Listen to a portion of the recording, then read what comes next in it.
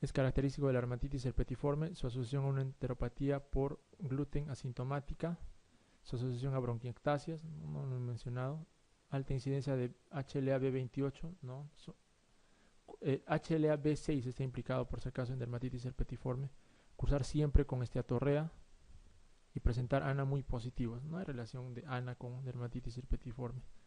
Hemos hablado de la enteropatía por gluten asintomática.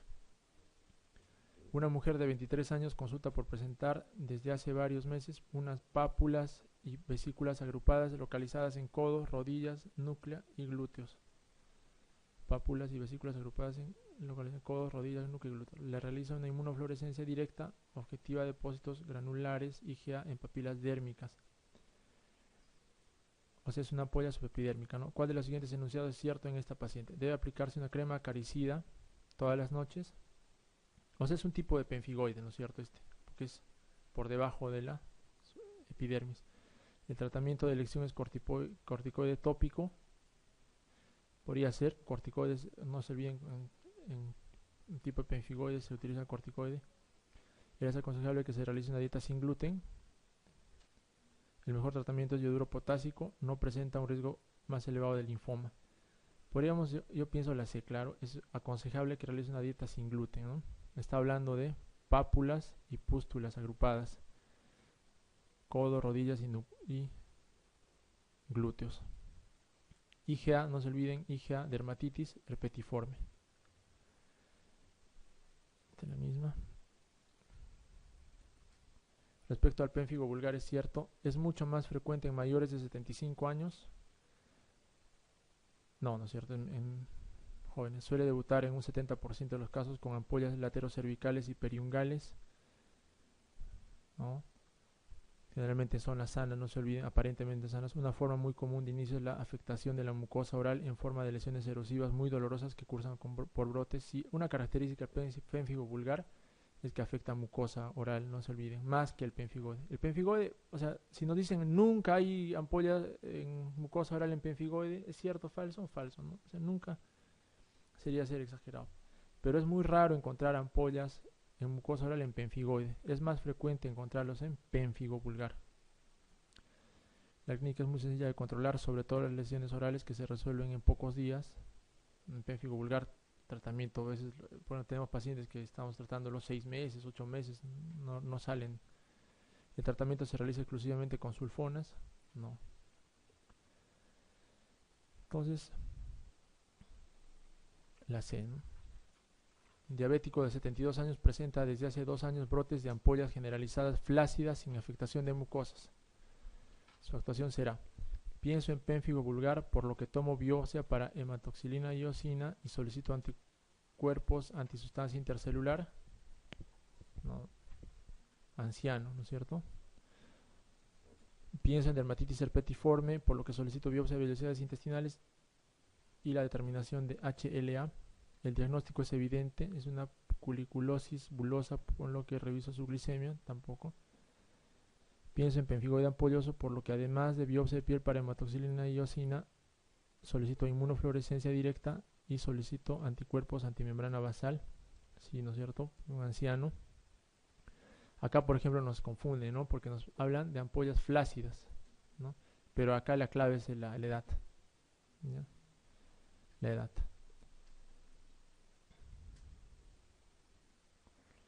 El pemfigoide ampolloso, dice la falsa acá. El pemfigoide ampolloso es más frecuente en ancianos y su clínica puede ser variable desde ampollas flácidas a placas eritemato-edematosas con estado general preservado. Sí es más frecuente en ancianos, ¿no es cierto? El pemfigoide ampolloso cursa en el 50-70% de los casos con lesión de la mucosa oral. No es tan frecuente, no es tan frecuente. El pemfigoide cicatrizal clásico afecta casi exclusivamente a mucosas, la rara variante de Brustein-Pern, y cursa con afectación más frecuente en piel. No, el cicatrizal es indistinto, ¿no? No afecta. El problema del pemfigoide cicatrizal deriva de las sinequias que se producen en las mucosas afectadas, ¿no? Acá hablan bastante de pemfigoide cicatrizal, una patología bastante rarísima. La imagen de la microscopía óptica del pemfigoide es una vesícula subepidérmica con eosinófilos por afectación en la unión dermoepidérmica también es cierta. Entonces acá yo pienso que la B, ¿no es cierto? Tratando de eliminar las otras, ¿no? Pemfigoide cicatrizar, como les digo, es rarísimo. Ante una gestante en el tercer trimestre con prurito e inicio de aparición de vesículas periumbilicales, la actuación correcta sería: con seguridad se trata de una erupción polimorfa del embarazo, por lo que tranquilizo a la paciente y pauto antihistamínicos. Con seguridad se trata de una urticaria de inicio centrípeto, por lo que pauto antihistamínicos.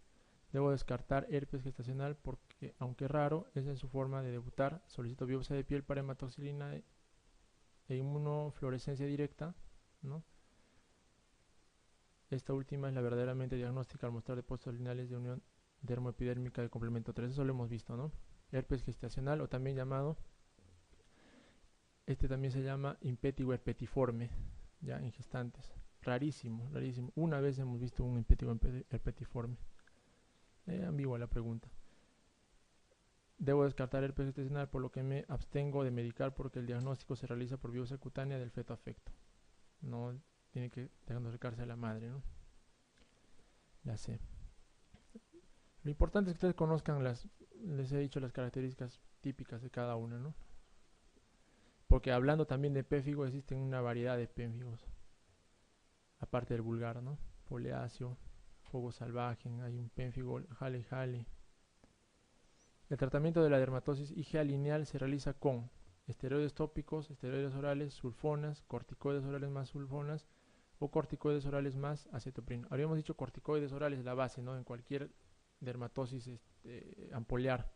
Entonces, en este caso la acetoprina no se utiliza en enfermedades por depósitos de IgA. Las sulfonas habíamos hablado que tienen un efecto antiinflamatorio, ¿no? Intervienen en los fenómenos autoinmunes. La dapsona, síndrome de Leyer, vamos a tratar en la siguiente clase. Y para terminar, vamos a hablar del melanoma, un poco de carcinoma vasocelular, del espinocelular y del linfoma cutáneo, ¿ya? Esto es menos cargado. Necesariamente para la siguiente vamos a tocar un poco más de lo que son ampollares. Eso entra bastante en los exámenes. La incidencia del melanoma maligno ha aumentado, obviamente, ustedes con todo esto de la radiación, de la capa de ozono. Se ve más melanomas malignos hoy en día.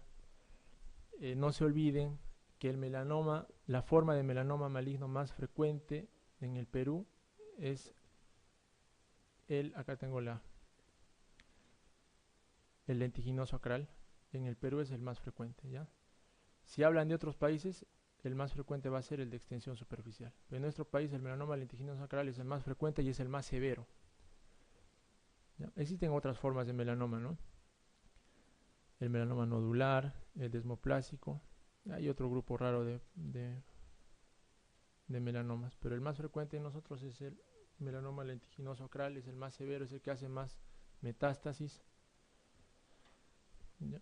Se habla de factores de riesgo, ¿no? El sol, la exposición al sol, pacientes con melanoma, con gran cantidad de nevos también pueden activar algún melanoma. La historia de quemaduras muy marcadas, mucha exposición solar, ¿no? Y los nevos congénitos grandes y los nevos displásicos o los atípicos también se dice que son lesiones precursoras. Por eso todo nevo congénito que tenga una dimensión mayor a 2 centímetros tiene que en algún momento biopsiarse, y más si cambian las características de este nevus. Hay otros factores de riesgo, ¿no? El seroderma pigmentoso, que es una dermatosis también autosómica dominante, la neurofibromatosis, la mastocitosis, síndrome de Lynch, ¿no? Síndrome de cáncer familiar o síndrome de Lynch. El VIH también es un factor de riesgo, principalmente, como les menciono nuevamente, para el melanoma lentiginoso acral, el retinoblastoma. Esas personas que tienen tendencia a desarrollar nevus por exposición solar persistente también se presentan como personas con factor de riesgo para cáncer de piel, melanoma maligno. La genética también está implicada, ¿no? En pacientes que han tenido familiares ascendentes con melanoma maligno pueden hacer melanoma maligno nuevamente, ¿no? Se habla genéticamente de una alteración en el cromosoma 9 para melanoma. Les hablé de la clasificación del melanoma maligno. Tienen que recordar el lentiginoso acral y el de extensión superficial, que son los más frecuentes. Miren, ¿no?, las características de este melanoma maligno. Este, por ejemplo, es de extensión superficial, ¿no?, evidentemente. Mucha hiperpigmentación, bordes irregulares. También es necesario recordar el nivel y el espesor cuando hablamos de melanoma maligno. El nivel se refiere a los niveles de Clark, ¿no? Hasta qué parte de la piel, de la capa dérmica o epidérmica se encuentran las células neoplásicas. Ya se dice que puede ser un nivel 1, 2, 3 o 4 o 5, dependiendo si llega a la epidermis, si llega a la dermis papilar, si está en la dermis reticular, reticular profunda, o si llega a la grasa cutánea, se dice que es un nivel de Clark 5. Y el espesor del tumor, que hoy en día es el principal marcador de severidad para melanoma maligno, indica en tamaño, qué tan profundo, qué tan digamos, grueso es el melanoma, ¿ya? Cuando un tumor es de más de 0.7 milímetros, se habla de un melanoma maligno que tiene que ser extraído totalmente y que tiene a este paciente realizarse pruebas de metástasis, ¿no? Se les hace su tomografía, se les hace un ganglio centinela también, cuando mide más de 0.7 milímetros. Y cuando es menos de 0.7 se habla de un superficial, ¿no?, de un melanoma superficial. La principal zona de afectación del melanoma van a ser los ganglios linfáticos, ¿ya? La probabilidad de que haga metástasis se relaciona con el nivel de Clark y con el espesor de Breslow, pero principalmente con el espesor de Breslow, ¿ya? Por eso les vuelvo a repetir, más de 0.7 tiene que hacer exámenes para buscar metástasis.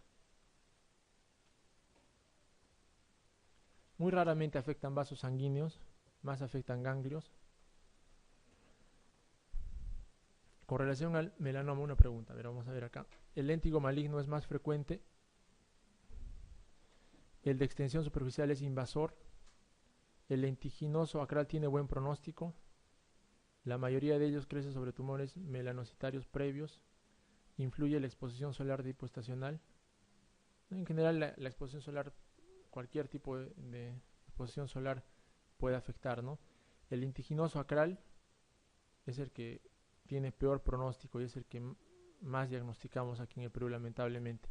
Es aquel melanoma que se encuentra en terminaciones, ¿no?, principalmente en plantas, en zona interdigital. Es por eso que otra cosa que nosotros siempre hacemos en dermatología es que toda lesión hiperpigmentada en plantas o en pies tiene que ser biopsiada, ¿no?, y de acuerdo al resultado tiene que ser extirpada, ¿no? ¿Influye la exposición solar de tipo estacional? Eso habíamos dicho no, ¿no es cierto? O, ¿qué dice acá? ¿Corrección de exposición? Claro, es la verdadera, ¿no?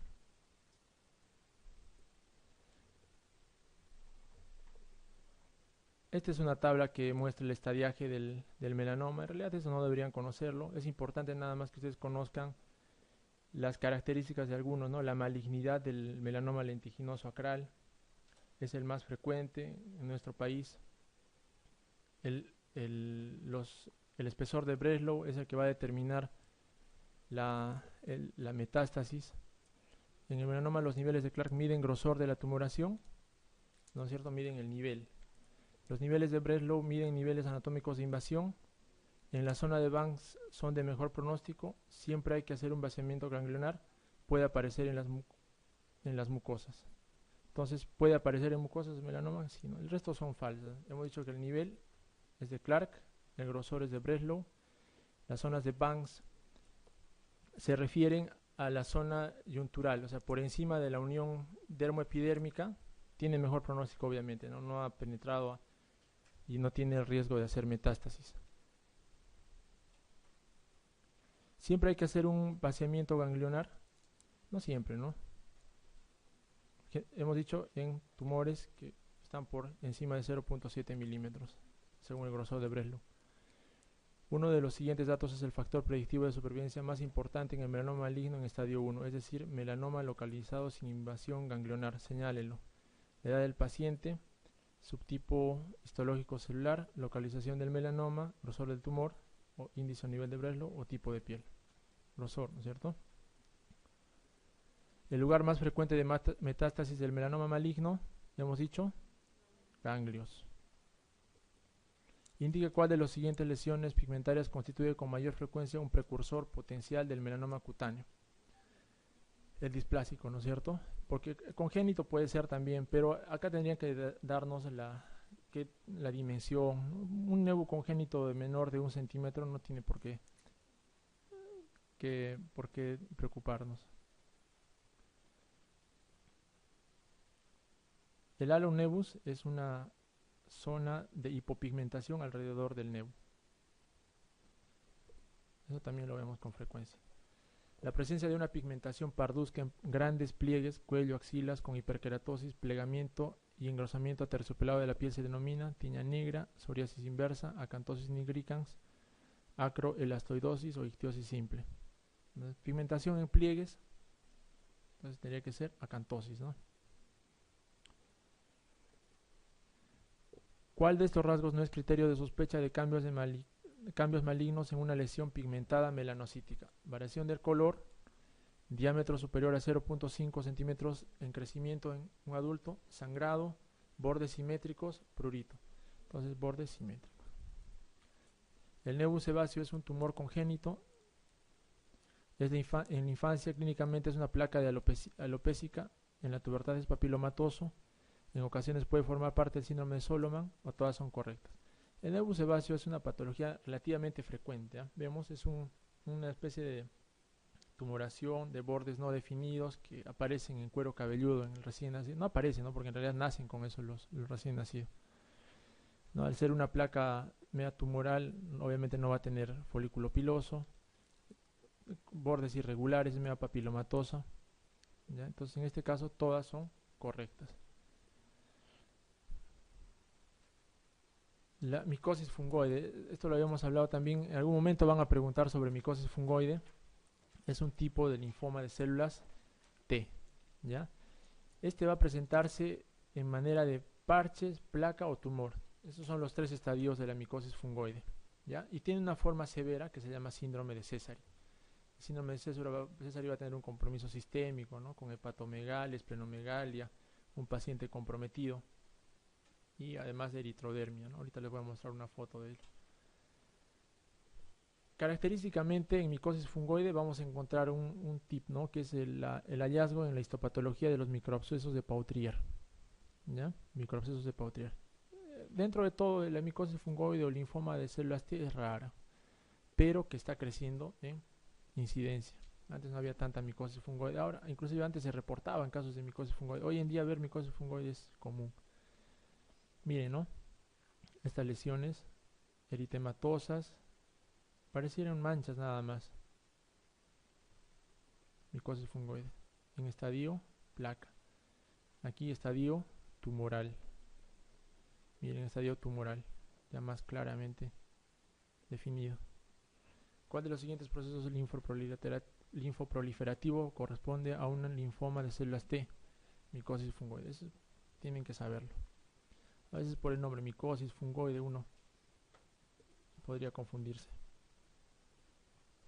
Miren, descamación. Parece psoriasis, ¿no? Pero no.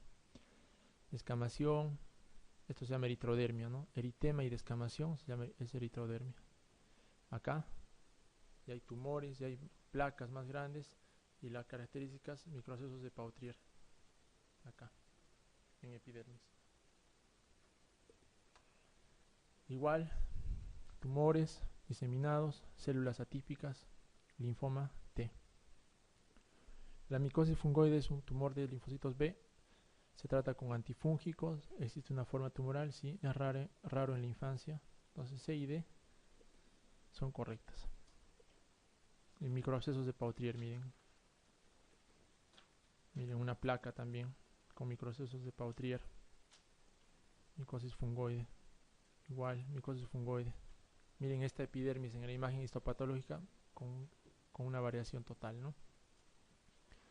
Cuando hay estadios tempranos, este tipo de linfoma se cura con fototerapia, ¿no? Quimioterapia, responde muy bien al tratamiento.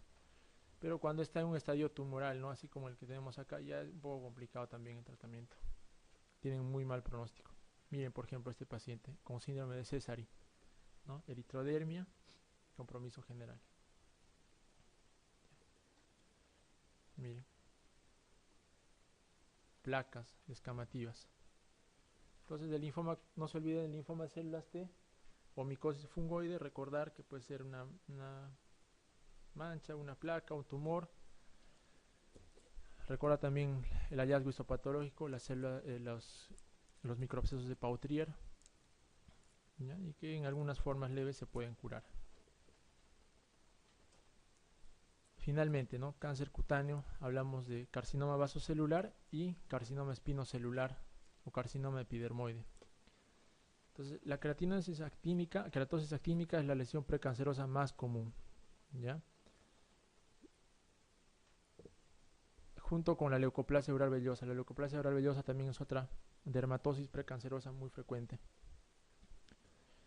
Es también un sinónimo de la queratosis solar producida por radiación ultravioleta B, que es la radiación dañina. Hay que recordar que el carcinoma, cuando hay un carcinoma epidermoide sobre la base de una lesión por daño solar, tiene mejor pronóstico que un cáncer producido sobre la base de un traumatismo. Cualquier traumatismo puede producir carcinoma epidermoide, ¿ya?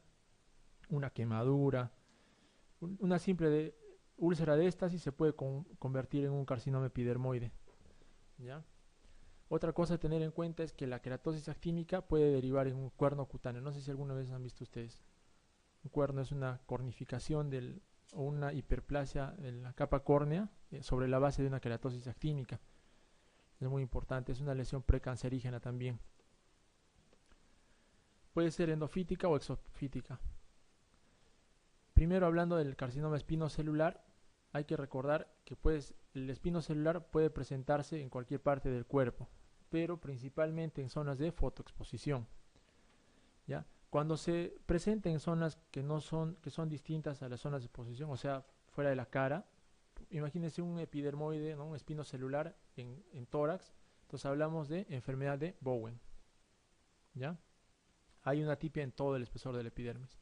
Y cuando encontramos el espinocelular en las zonas genitales, hablamos de Queyrat, eritroplasia de Queyrat. Deben saberlo también. Son tipos o menciones del carcinoma espinocelular. ¿Ya? La invasión perineural y la invasión linfovascular son predictores de metástasis. El carcinoma espinocelular es el que metastatiza. El vasocelular no metastatiza. ¿Ya? Puede haber un carcinoma verrucoso, que es una categoría del carcinoma epidermoide que no ocurre en zonas expuestas, se asocia a virus del papiloma humano. Les he mostrado esa foto de ese paciente con un tumor, un condiloma gigante. Ese es un tipo de carcinoma verrucoso, o también se llama, en el caso que sea por condilomatosis perianal, tumor de Buschke-Levenstein, en pacientes inmunosuprimidos. ¿Cómo diferenciamos un vasocelular de un espinocelular de manera práctica? O sea, clínicamente, vasocelular hay 4 a 6 formas. ¿Ya? Puede ser nodular, puede ser ulcerado, puede ser morfeiforme.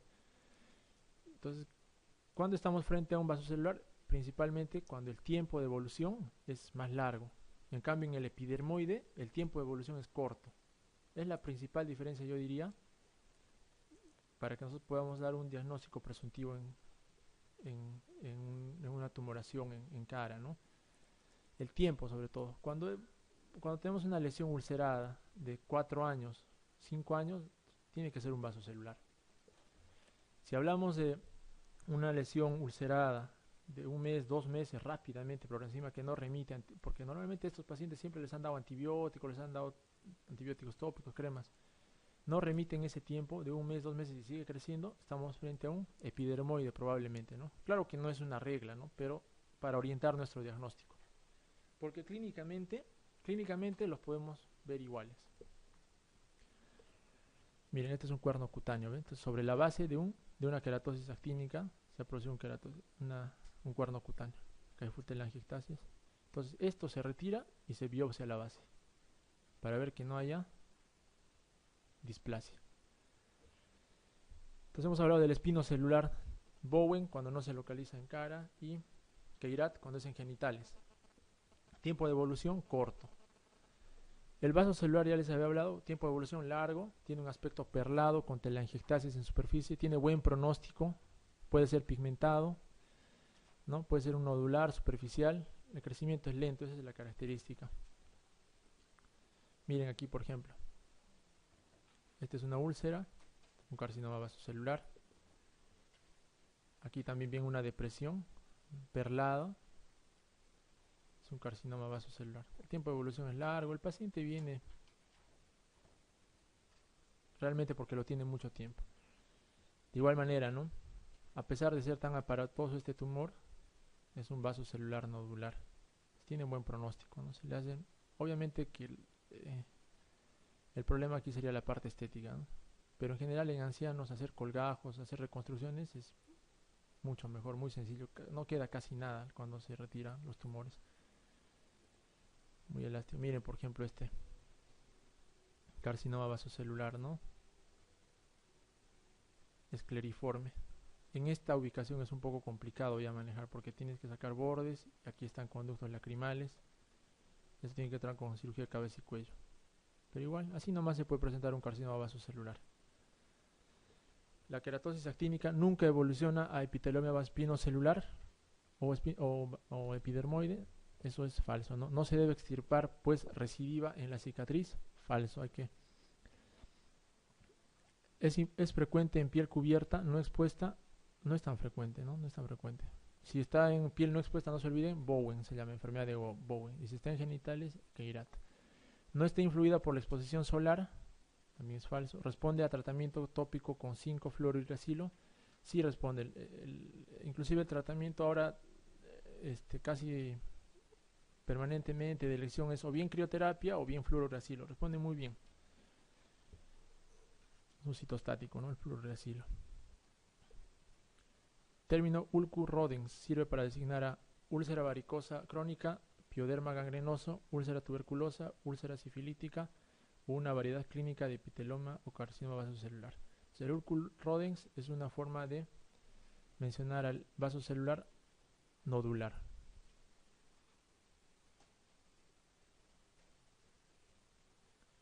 El epitelioma vasocelular suele asentar sobre lesiones premalignas. El vasocelular, hemos dicho sobre el vasocelular, sobre premaligna, sobre queratosis actínica es el espinocelular, ¿no? Los epiteliomas vasocelulares de larga evolución dan metástasis frecuentemente. No, no es cierto, el espinocelular es más frecuente. El queratoacantoma es un epitelioma espinocelular de crecimiento rápido. Tampoco es un crecimiento lento, es un tipo de epitelioma. Antes se pensaba que era un tipo de epitelioma espinocelular. Se debe hacer una extirpación radical de todas las leucoplasias. Sobre una osteomielitis crónica puede desarrollarse un espinocelular.